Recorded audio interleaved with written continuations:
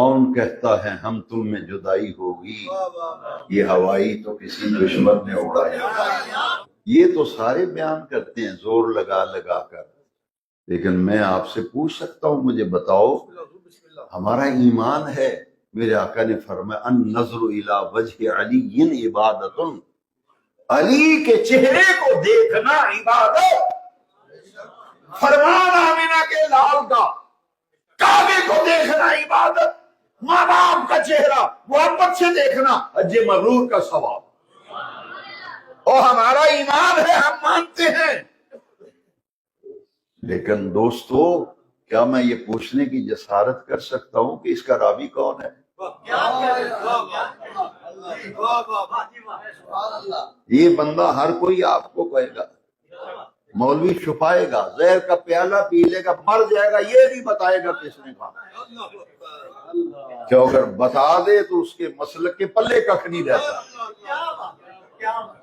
کہتے ہیں، میں نے کہا بھی یہ تو ہمارا تو بڑا ایمان پختہ ہے۔ آمنہ کے لال نے فرمایا نظر الی وجہ علی عبادت، علی کا چہرہ دیکھنا عبادت۔ لیکن یہ بھی تو بتانا خیانت نہ کر، آپ کو چھپانا، خیانت نہ کر، یہ بھی تو بتانا۔ یہ نبی کریم کا فرمان پہنچا کیسے ہم تک؟ لو پھر سننا ذرا حدیث شریف۔ صحابہ کا مجمع ہے، سیدنا ابوبکر صدیق ٹک ٹکی باندھ کر علی کے چہرے کی زیارت کر رہے ہیں۔ کیا مقام ہوگا؟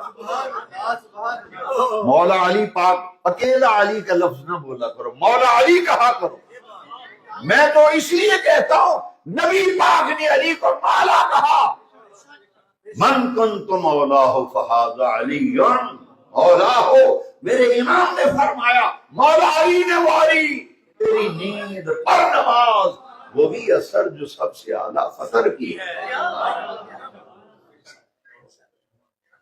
مولا علی کے چہرے کو صدیق دیکھ رہے ہیں ایسے، ادھر علی بیٹھے ہیں، صدیق ایسے کر کے دیکھ رہے ہیں، بار بار دیکھتے ہیں۔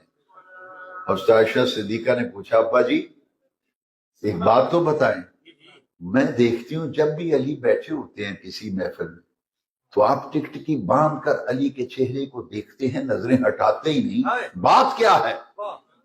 بات کیا ہے؟ سنو، یہ حضرت عائشہ صدیقہ نے پوچھا۔ سیدنا ابوبکر صدیق خلیفۃ الرسول، افضل الخلق بعد الرسول، ثانی اثنین ہجرت پہ لاکھوں سلام نے کیا فرمایا؟ فرمایا عائشہ میں نے نبی پاک سے خود سنا، میرے نبی پاک نے فرمایا النظر الی وجہ علی عبادت، علی کا چہرہ دیکھنا عبادت ہے۔ میں زیارت نہیں کرتا، میں زیارت بھی کرتا ہوں، عبادت بھی کرتا ہوں۔